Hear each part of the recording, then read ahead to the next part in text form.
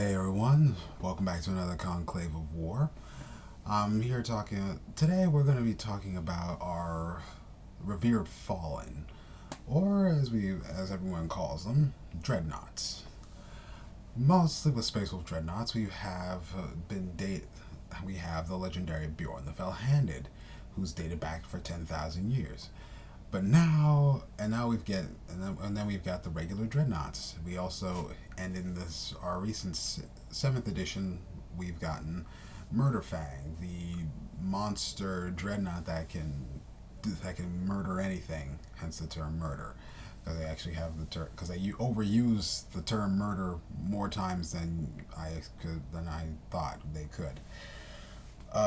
And so so basically what we've got is that, well, in the entirety of since last year when the codex was released, the game for Dreadnoughts has actually been pretty positive. Because because the thing is one of the main, but it's like the reason, but basically the main issue is that I've been seeing is that a lot of Space Wolf players have when using Murderfang, the opponent always attacks Murderfang because they know that Murderfang's going to wipe them out in the first turn. It's going to wipe them out on the turn he gets the charge. So it's like what you're getting for him. It's like I don't know what it's like. I wanted him to have maybe because it's like to simulate his battle lust. You'd think that they would allow him. You would think that they would allow him to charge out of his drop pod, or he would get some sort of smoke launcher. But I don't know why they didn't give him something like this. And also like the murder clause. Basically, all right. So well, actually, I'm getting ahead of myself. Mostly, you're getting like I said, I'm getting ahead of myself. First, the biggest dreadnought that we've got. It's Bjorn the Fell-Handed, who, fluff wise, was the very first Great Wolf after Lehman Russ left, and he didn't, and he, for a few and he maintained Wolf Lord as Great Wolf for a few centuries, but he was but then he was interred in a dreadnought after he fell during a battle against a demon, nonetheless. He's a 220 point dreadnought, a little much for what he can do. Because basically, in this edition of Warhammer 40,000, where you're dealing with a lot of shooting weapons and a lot of destroyer-based weapons and melta weapons, he's kind of not as strong as you want him to be. His 13 front armor is not bad. I like that. But it's like he's got a 5-up invul save. He's a venerable dreadnought, so you can re-roll the damage result when for penetrating hits. He can take a plasma cannon and a Hellfrost cannon for free, which is actually a very good plus. And he can take a twin-linked las cannon for 5 points. So for if you want him as a long-range sniper unit, he's 225, which is not bad. I like that.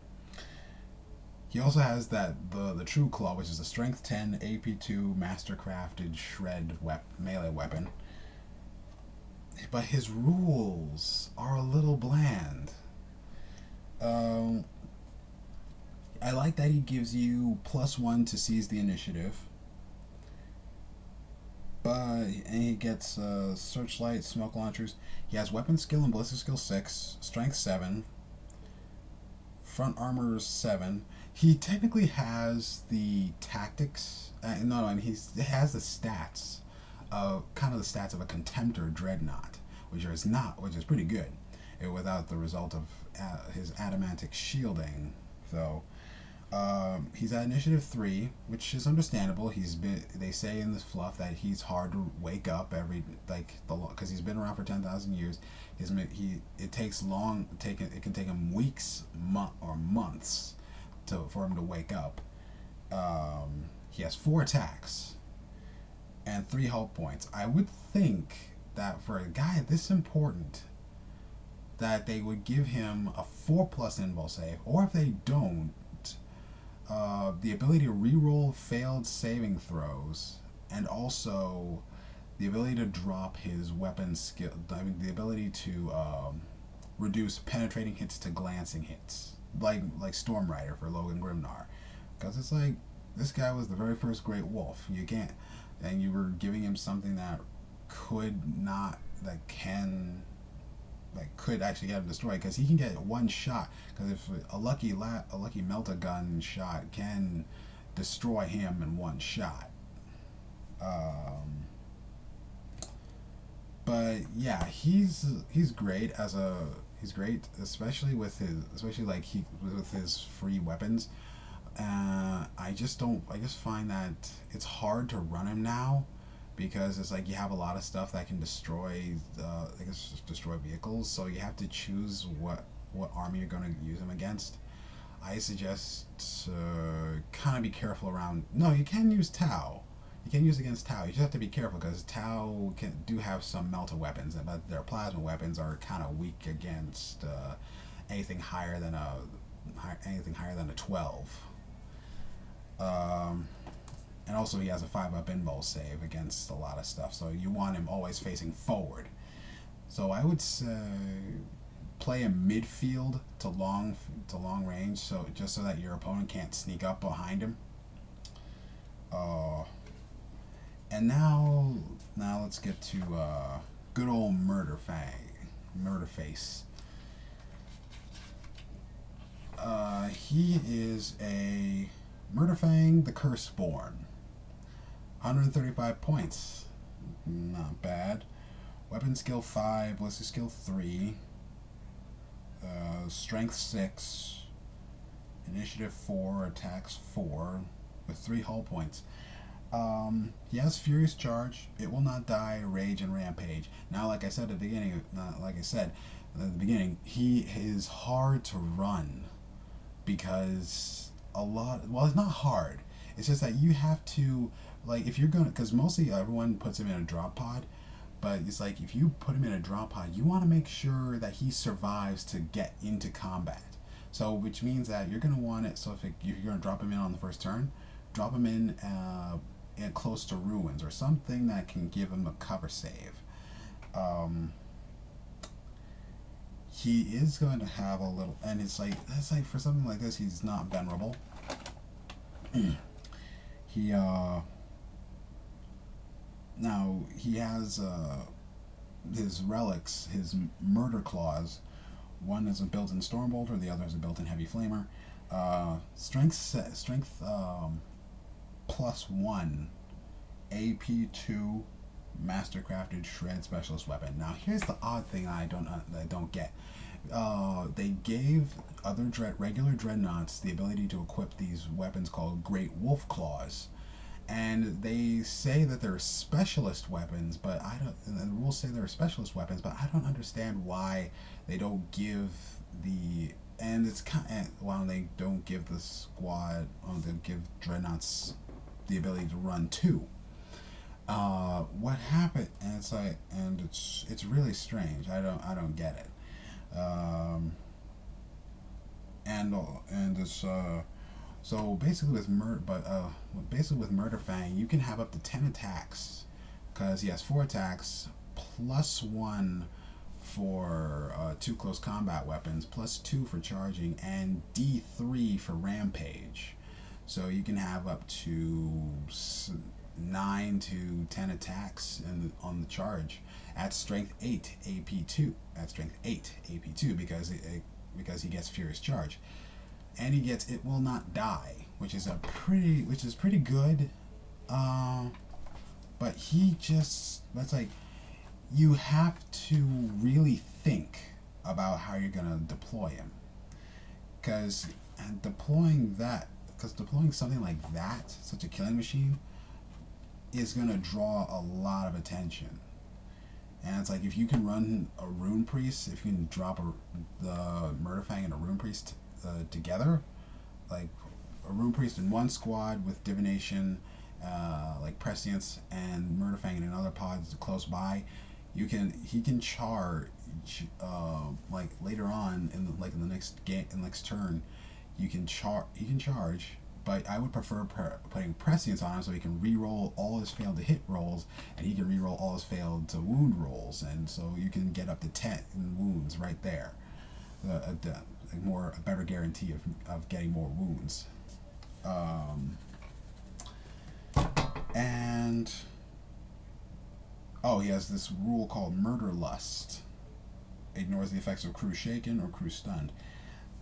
Now, it's just really hard to run. It's like, if you're gonna run him, you have to. It's like the way I think. For me, I want to run it. I'm gonna run him. Is that I will have him as a second wave reinforcement, so that okay, my first group will be able to take out certain objectives that could kill Murderfang. So better to send him in like that. So and then send him in the second waves to back them up in close combat. I would do that. Or better than to deploy him on the first turn. Which he can get shot at. Now to our regular Dreadnoughts.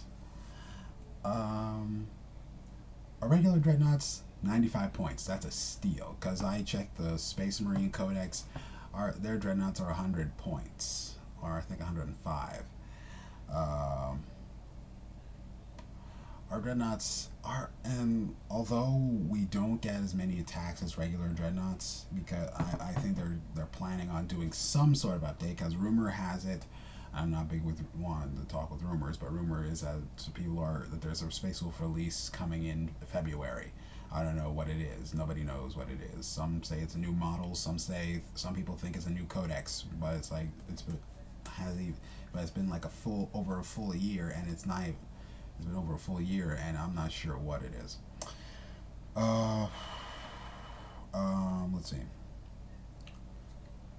Standard Dreadnought stuff, but the real special stuff is that when you upgrade your Dreadnought to a Venerable Dreadnought, you can equip it with a Fenrisian Great Axe and a Storm Shield, or a Dreadnought-sized Storm Shield called a Blizzard Shield, which is very good.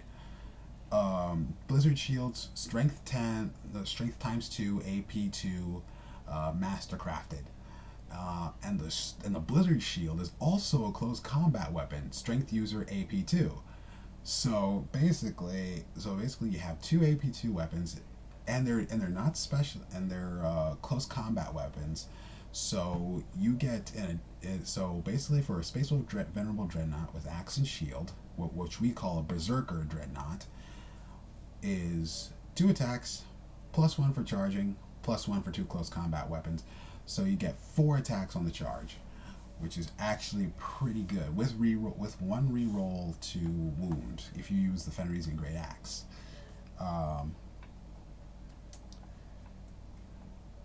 And like I said, but with the Great Wolf Claws are Strength times 2, AP2 shred weapons. Now the thing is like, if these are Great Wolf Claws, and why is Murderfang having special claws that cause strength +1 strength AP2? I mean, it's kind of weird. It's like, why not make it Strength times 2?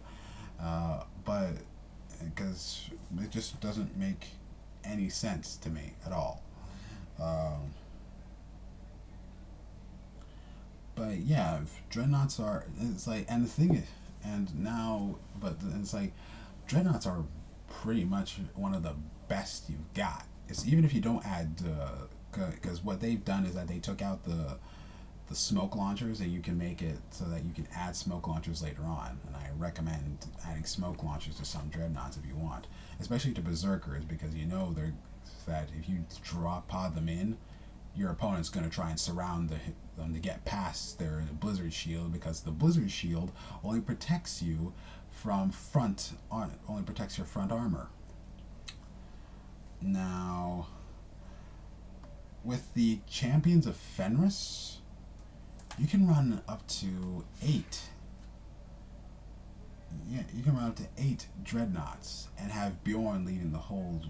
You could have Bjorn leading it. I mean, I like the Brethren of the Fell-Handed formation that they have. It gives them Adamantium Will. The 5-up invul save is spread to all 3 Dreadnoughts that are within 6 inches, to all the Dreadnoughts that are in the formation that are within 6 inches of Bjorn. And all the war and all the squad and all the Dreadnoughts reroll failed hit rolls in close combat if Bjorn's alive. And it's like, I would say, if you're going to run the Brethren of the Fell-Handed formation, I would say drop in the 2 Dreadnoughts first and let Bjorn stay in the second, just so that they can reroll failed charges. And when he comes in, they can charge in and reroll all their hits. But I would say, if you want, but it's like that anyway. But here's the tip, because I'm noticing that some people considered that the Brethren of the Fell-Handed was a squadron formate. Was a squadron. They're not. They are not. I've seen there's no restrictions on it. So all the Dreadnoughts can take drop pods. It's no big issue. Okay, this Conclave of War was actually pretty good, especially to new Space Wolf players, to those who are not, to those who just started on the army. I hope this video was helpful. Have fun.